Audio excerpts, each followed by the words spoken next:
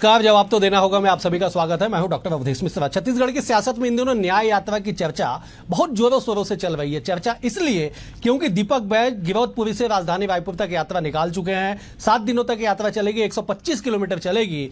कांग्रेस दावा कर रही है कि छत्तीसगढ़ के उन लोगों को इस यात्रा के जरिए न्याय दिलाया जाएगा जो कहीं ना कहीं सरकार से अन्याय जो सह रहे हैं। लेकिन बीजेपी पलटवार कर रही है। बीजेपी कह रही है कि साहब ये कोई न्याय यात्रा नहीं, ये दरअसल अपनी गलतियों को छिपाने के लिए या पिछले सरकार में किए गए पापों को छुपाने के लिए प्रायश्चित यात्रा है। क्या यात्रा होगा, क्या इसका असर होगा, ये तो आने वाला वक्त तय करेगा। लेकिन फिलहाल आज इसी विषय पर चर्चा करेंगे। उससे पहले देख लीजिए ये खास रिपोर्ट। बदलाव की खबरों के बीच न्याय यात्रा का ऐलान हुआ। अब कांग्रेस की छत्तीसगढ़ न्याय यात्रा की शुरुआत बलौदाबाजार के गिरौदपुरी धाम से शुरू हो चुकी है। पीसीसी अध्यक्ष दीपक बैज ने शिवरी नारायण में भगवान राम और माता शबरी की पूजा अर्चना के साथ यात्रा की शुरुआत की। जनता का भरोसा जीतने, कानून व्यवस्था के मुद्दे पर सरकार को निशाना बनाने 6 दिन की यात्रा का शुक्रवार को पहला दिन रहा। जब से प्रदेश में बीजेपी की सरकार आई है, तब से ही कांग्रेस सबसे बड़ा मुद्दा कानून व्यवस्था लेकर चल रही है। 24 जुलाई को विधानसभा का घेराव हुआ। तब से हर दिन कांग्रेस छत्तीसगढ़ के लॉ एंड ऑर्डर को कोसती नजर आई। फिलहाल कांग्रेस की पहली न्याय यात्रा अगले 5 दिनों तक चलने वाली है, यानी कानून व्यवस्था को लेकर सत्ता पक्ष पर निशाना रहेगा। आज छत्तीसगढ़ न्याय यात्रा का शुभारंभ हुई।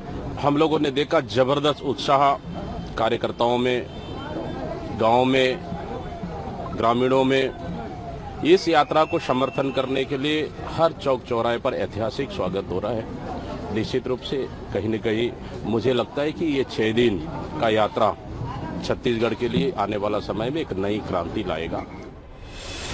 इधर बीजेपी इस पूरी यात्रा को लेकर पिछली तत्कालीन सरकार की बात छेड़ती हुई कांग्रेस को घेरने का काम कर रही है। इसे अन्याय यात्रा, पश्चाताप यात्रा जैसे उपनाम भी बीजेपी नेता दे रहे हैं।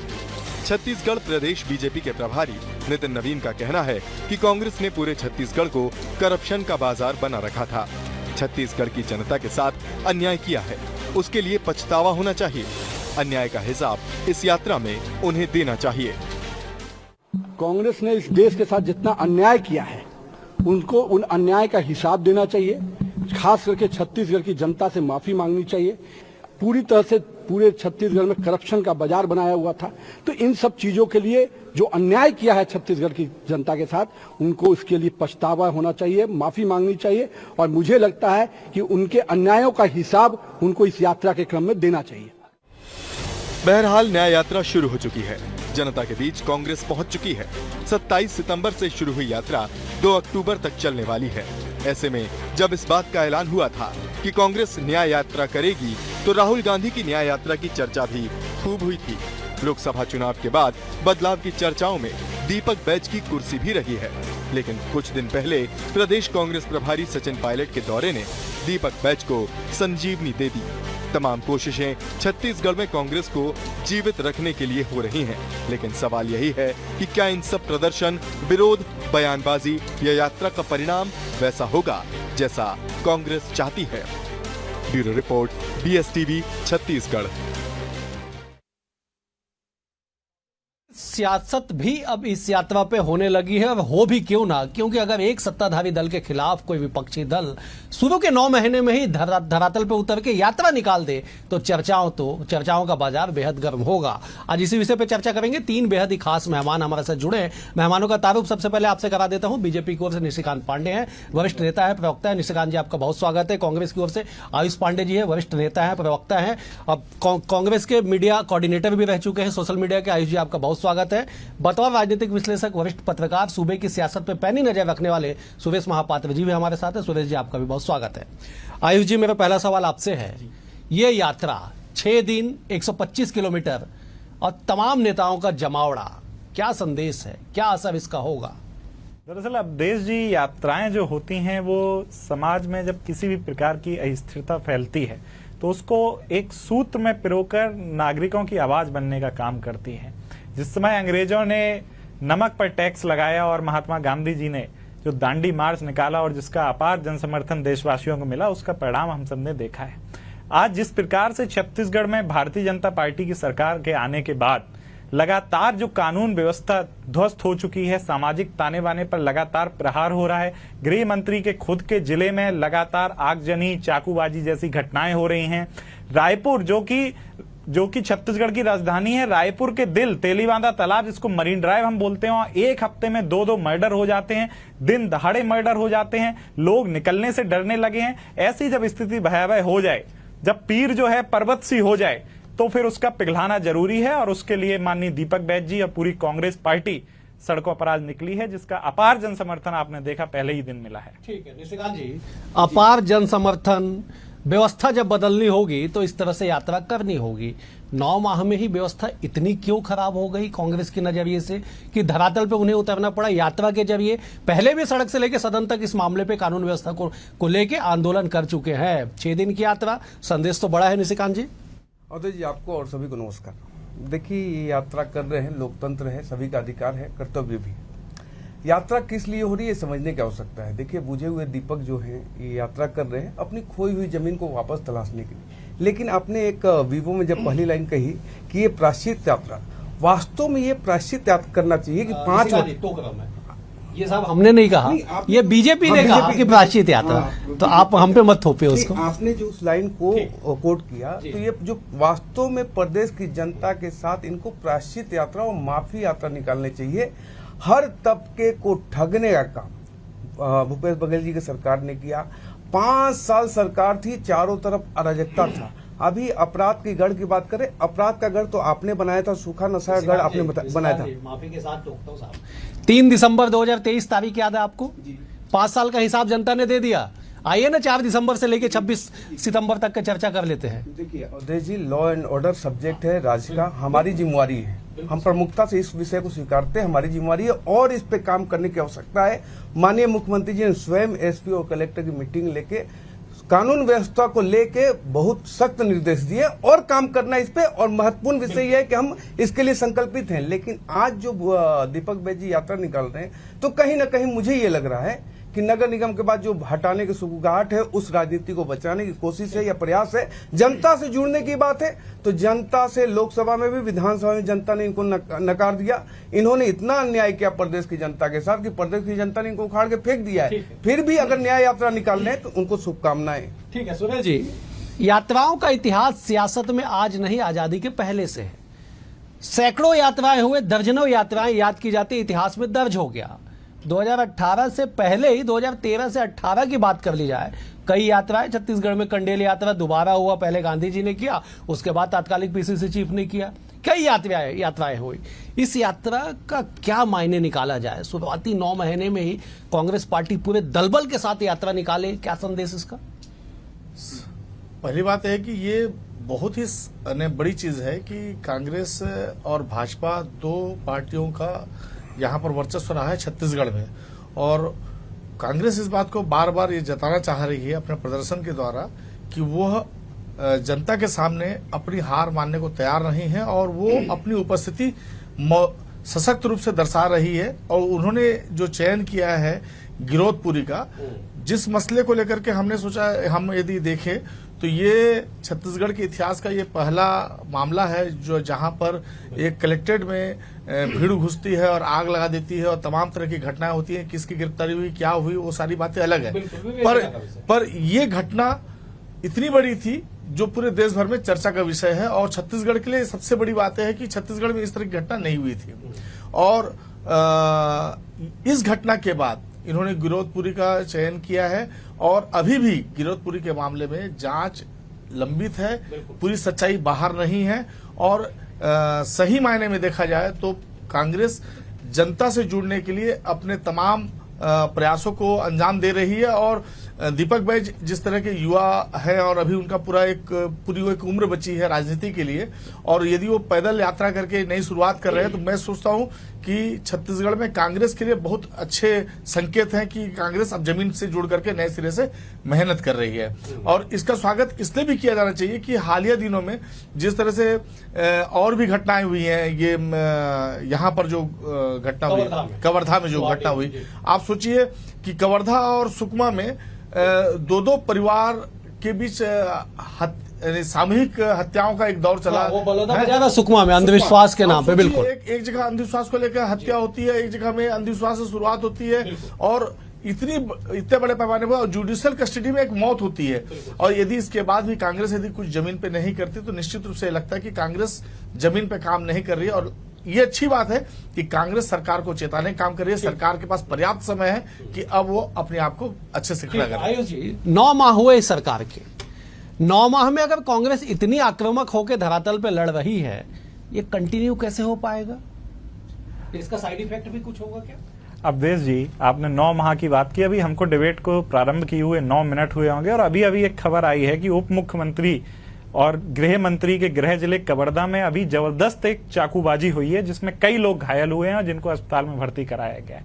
तो जिस हिसाब से लगातार कानून व्यवस्था की स्थिति बनी हुई है, जिस हिसाब से छत्तीसगढ़ में लोग डर रहे हैं, ऐसा भयावह माहौल छत्तीसगढ़ के लोगों ने कभी नहीं देखा है। इसको शांति का टापू कहा जाता था हमारे प्रदेश को। आज जो स्थिति है, कलेक्टर और एसपी कॉन्फ्रेंस की बात की गई, क्या बताना पड़ेगा कि कलेक्टर और एसपी कॉन्फ्रेंस में गृह मंत्री उपस्थित नहीं होते हैं?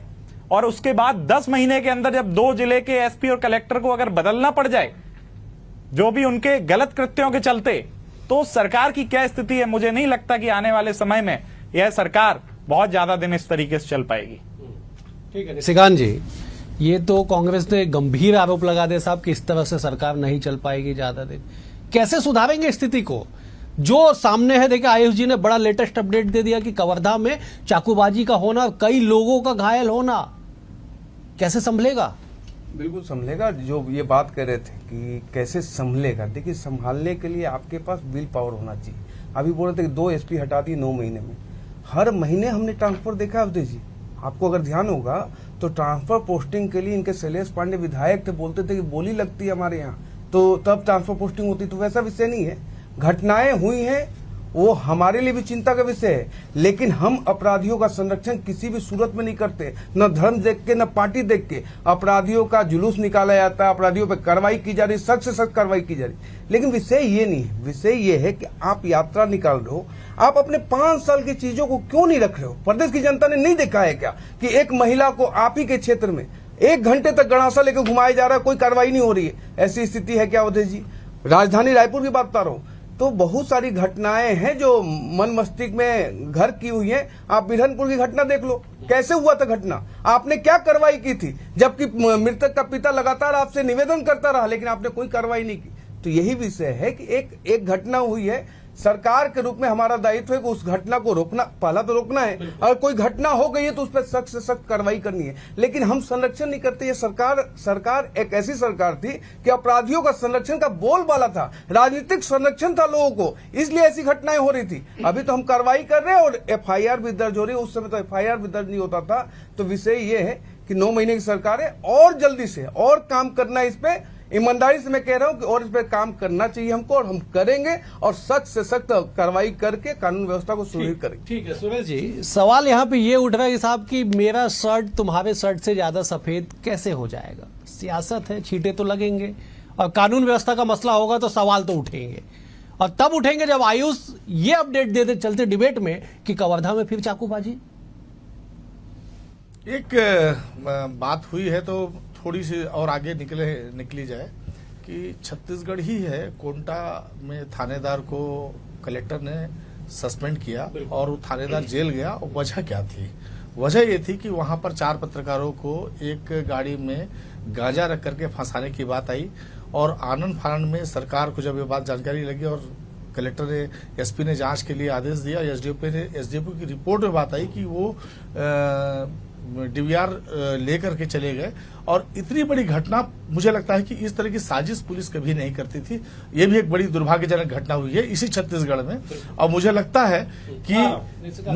है कि छत्तीसगढ़ में गृह विभाग में और भी तरीके से आमूलचूल परिवर्तन करके बड़े पैमाने पे जमीन पे काम करने की दरकार है, क्योंकि अराजकता की स्थिति किसी भी स्थिति में स्वीकार नहीं की जाएगी।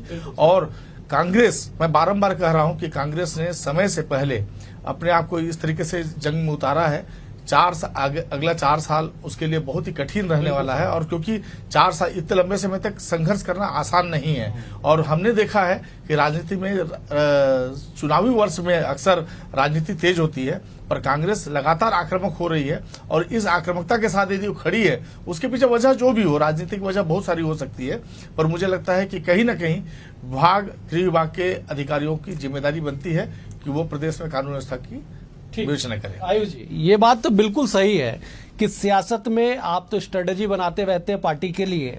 सियासत में बहुत जल्दी एक्सपोज होना भी कई बार, ओवर एक्सपोजर भी कई बार नुकसान दे देता है। 9 माह में अगर आप पिछले 3 माह से लगातार आंदोलन कर रहे हैं तो कैसे अल्टीमेटली टारगेट तो सत्ता का परिवर्तन ही होगा, कैसे सस्टेन करेंगे 2028 तक? देखिए अवधेश जी, हम सिर्फ मुद्दों के लिए और अखबारों में छपने के लिए, टीवी पर दिखने के लिए अगर राजनीति करते होते तो शायद हम भी चुनावी वर्ष में अपनी आक्रामकता को धार देते। लेकिन जिस समय प्रदेश की जनता परेशान है, जिस तरीके से प्रदेश में डर का माहौल बना हुआ है, अभी हमारे भाजपा के साथी बता रहे थे कि अपराध इनके समय भी होते थे। हम वॉट अबाउटरी में नहीं जा रहे हैं, अपराध तो समाज में होते हैं और अपराधियों पर कार्रवाई भी होती है। जब कवर्धा के अंदर पुलिस कस्टडी में एक व्यक्ति की, एक युवक की मृत्यु हो जाती है, आप बताइए भारतीय जनता पार्टी की सरकार ने क्या कार्रवाई की? क्या उस एसपी पर कार्रवाई हुई? सवाल यह है कि अपराधियों के हौसले इतने बुलंद क्यों हैं? अगर एसपी के रहते हुए ऐसी घटना वहां पर हुई है तो उस एसपी पर क्या कार्रवाई हुई है? कौन ये सब कृत्य करवा रहा है? कौन ऑर्डर दे रहा है? इनका कोई जवाब नहीं मिल रहा है। सरकार जो विज्ञप्ति जारी करती है कलेक्टर और एसपी को हटाने की, उसमें प्रशांत साहू की मृत्यु का जिक्र तक नहीं होता है। जब उसकी पुलिस कस्टडी में मृत्यु हुई है, उसकी जांच कौन करेगा? उस पर पुलिस वालों पर क्या कार्रवाई होगी? इसका जवाब कौन देगा? ठीक है, निशिकांत जी जवाब दे दीजिए साहब। देखिए, जो मैंने सुरेश जी ने कहा कि ऐसी घटना कुंटा में हुई, वो कभी छत्तीसगढ़ में नहीं हुई। छत्तीसगढ़ राजधानी में ऐसी घटना हुई थी। वो पत्रकार 4 महीने 6 महीने जेल में रहा था, ऐसा बात नहीं है। ये चीजें प्लांट करके वहां की गई थी। अवधेश जी, निशिकांत जी, मैं टोकता हूँ, इसलिए टोक रहा हूँ क्योंकि साहब देखिए, बात बार बार घूम के पत्रकार और पत्रकारिता पे आ रही है तो मेरा टोकना जायज है।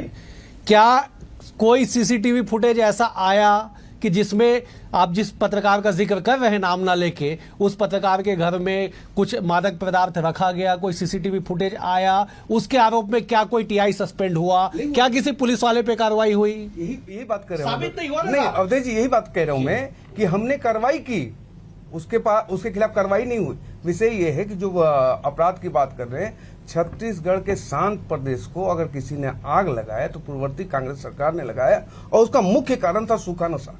सूखा नशा पे लगातार आपको कार्रवाई करनी थी, लेकिन आप तो संरक्षण देकर उसको बढ़ा रहे थे। प्रदेश के युवा सूखा नशा के गर्त में जा रहे थे। लेकिन अब जो है, अब कार्रवाइयां हो रही हैं, अपराध कम हो रहा है, घटनाएं हुई हैं, चिंता का विषय है, उस पर तेजी से कार्रवाई हो रही है और रोकथाम के लिए हर संभव प्रयास किए जा रहे हैं। लेकिन अगर कांग्रेस पार्टी ये कहना चाहती है कि आज अपराध हो रहे हैं, तो 5 साल आप कुंभकर्ण की निद्रा में सोए थे, आपको दिख नहीं रहा था। पूरा प्रदेश त्राहिमाम कर रहा था। आप कवर्धा, सुकमा का, जगदलपुर, दंतेवाड़ा, नारायणपुर, किसी का भी बात कर लीजिए।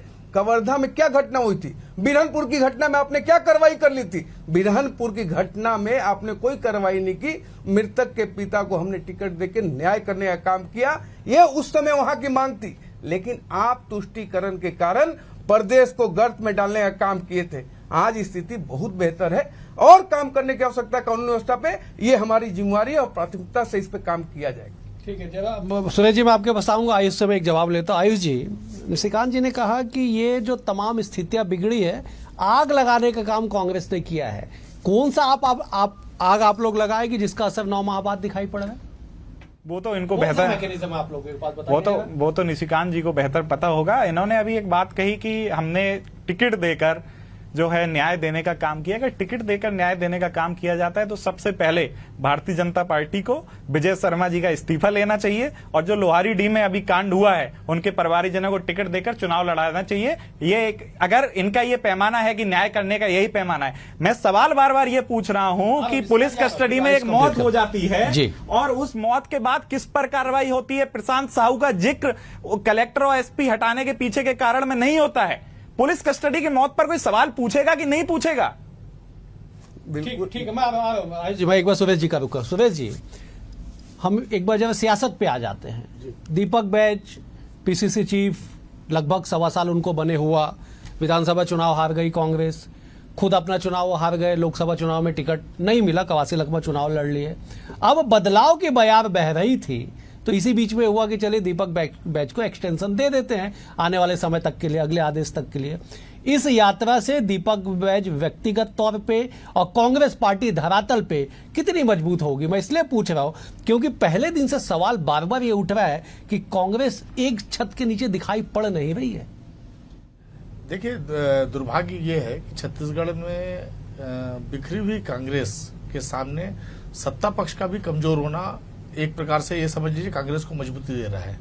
और कांग्रेस जिस नेतृत्व में चल रही है, दीपक बैच, चित्रकूट विधानसभा क्षेत्र से जिस तरह से दीपक बैच की हार हुई, ये बस्तर में 2 पीसीसी अध्यक्ष थे, दोनों हार गए चुनाव, मोहन मरकाम और दीपक बैच। और बस्तर में काफी पहले से लग रहा था कि परिणाम जो है कांग्रेस के खिलाफ जाने वाला है, पर तमाम जानकारियों के बाद भी वहां पर जमीन पर काम नहीं हुआ। दीपक बैच यदि गिरोधपुरी से रैली निकाल के, यात्रा निकाल के सोचते हैं कि वो बस्तर जीत जाएंगे, तो मुझे लगता है कि वो अभी भी गलतफहमी के शिकार है। और बस्तर में दीपक बैच को ज्यादा मेहनत करनी चाहिए। और छत्तीसगढ़ में जहां तक मामला है कि वो गिरोधपुरी से यात्रा निकाल के कांग्रेस में जान फूकने की बात कर रहे हैं, तो निश्चित रूप से कोशिश कर रहे हैं। अब उस कोशिश को कितना परिणाम मिलता है और कितनी तरजीह मिलती है, कांग्रेसी कितने एकजुट होते हैं और कितना जमीन पे इसका असर दिखता है, वो आने वाला समय ही बताएगा। लेकिन सुरेश जी, आज दीपक बैच की यात्रा को आपने भी देखा होगा, वो पूरा राहुल गांधी वाला फीलिंग ले रहे हैं। वो बिल्कुल राहुल जी की परिवर्तन यात्रा की तर्ज पे, मतलब माफ कीजिएगा, उनके भारत जोड़ो यात्रा की तर्ज पे न्याय यात्रा चल रही, बिल्कुल हूबहू फोटोकॉपी। एक्चुअली में देखिए कि दीपक बैच यदि बस्तर में अपनी सीट को गंवाए हैं, तो उसके पीछे वजह यही है कि उन्होंने कॉपी करने की कोशिश की। और जब व्यक्ति अपने आप से मान लेता है कि बहुत बड़ा नेता है, तो समझ लीजिए जनता से दूर हो रहा होता है, और यही दूरी उसको नुकसान कर गई। ठीक है निशिकांत जी, सियासत पे जब टिप्पणी करिएगा, फिर लॉ एंड ऑर्डर पे हम आएंगे कि इस यात्रा से कांग्रेस क्या बीजेपी के नजरिए से मजबूत होगी, बीजेपी और ज्यादा अलर्ट होगी? नहीं, अवधेश जी, ये यात्रा का जो मकसद मुझे व्यक्तिगत तौर पे समझ में आ रहा है कि अपनी पीसीसी की कुर्सी बचाने का एक प्रयास है। विषय बस इतना ही लगता है मुझे। लेकिन जो विषय बड़े भैया ने उठाया, देखिए दीपक बैच जी सिर्फ चुनाव ही नहीं हारे हैं, उनके नेतृत्व में कांग्रेस पार्टी चुनाव नहीं हारी है, उनका टिकट भी काटा गया। बहुत महत्वपूर्ण विषय है कि परफॉर्मेंस के हिसाब से देखें तो नैतिकता के हिसाब से उनको इस्तीफा देना था। अभी हमारे मित्र कह रहे थे कि विजय शर्मा जी इस्तीफा देते, मैं इनसे पूछता हूँ, ताम्रध्वज साहू इस्तीफा दिए थे। आपके लिए पैरामीटर अलग, हमारे लिए पैरामीटर अलग। कानून व्यवस्था जो व्यवस्था है, उसमें एक चीज होती है कि अपराधियों का संरक्षण ना हो, बिना भेदभाव के कार्रवाई किया जाए, और संकल्पित मन से प्रदेश की रक्षा सुरक्षा का 3 करोड़ की रक्षा सुरक्षा का काम आपके ऊपर है। जिम्मेदारी से आप काम कीजिए, संकल्पित होकर काम कीजिए। घटनाएं हुई हैं, अपराधियों का संरक्षण बंद करके सीधा कार्रवाई कीजिए, सख्त से सख्त की उदाहरण पेश किया जाए कि अगर आप ऐसी कोई घटनाओं को अंजाम देते हैं तो कोई भी प्रशासन आपको बचाने का काम नहीं करेगा। उदाहरण बता दीजिए न लगे हाथ। कई उदाहरण हैं, बिरहनपुर ही आपके समक्ष है। सुकमा नारायणपुर में धर्मांतरण के मसले पे जो नारायणपुर जला, उसमें आपने कार्रवाई किस पे की? नहीं, जो इस सरकार में आपने जो कहा ना कि बिना भेदभाव के कार्रवाई हो रही, तो उसका एक आध उदाहरण। सारे जितने अपराधियों का आप देखिए, जो रायपुर राजधानी में जो जुलूस निकाले जा रहे हैं अपराधियों का, आपने कब देखा था 5 साल में? ये संकल्प होता है कि अगर देखिए राज्य में कानून व्यवस्था की जिम्मेवारी हमारी है, क्योंकि हम सरकार में हैं, तो हमारी जिम्मेवारी से हम हट नहीं सकते। अगर अपराध हो गया, पहले तो अपराध होना नहीं चाहिए, ये हमारा संकल्प है, लेकिन हो गया तो कार्रवाई होनी चाहिए दमदार। चलिए ठीक है, आयुष जी जवाब दे दीजिएगा कि बिना भेदभाव के सरकार कार्रवाई करने का दावा कर रही है, बक्सा नहीं जाएगा। दरअसल निशिकांत जी नाम नहीं ले रहे, मैं नाम ले लेता हूं, देवेंद्र यादव की गिरफ्तारी को जोड़ के वो कह रहे बार बार। मैं 3 बार इस डिबेट में अभी सवाल पूछ चुका हूं, 4थी बार फिर दोहराता हूं। मैं कह रहा हूं कि जो पुलिस अभिरक्षा में, जो पुलिस की कस्टडी में प्रशांत साहू की मौत हुई है, थोड़ा सा टेक्निकल करेक्ट कर देता हूं, वो जेल में मौत हुई, जेल में जो मौत हुई है प्रशांत साहू की, उस पर क्या कार्रवाई अभी तक की गई है?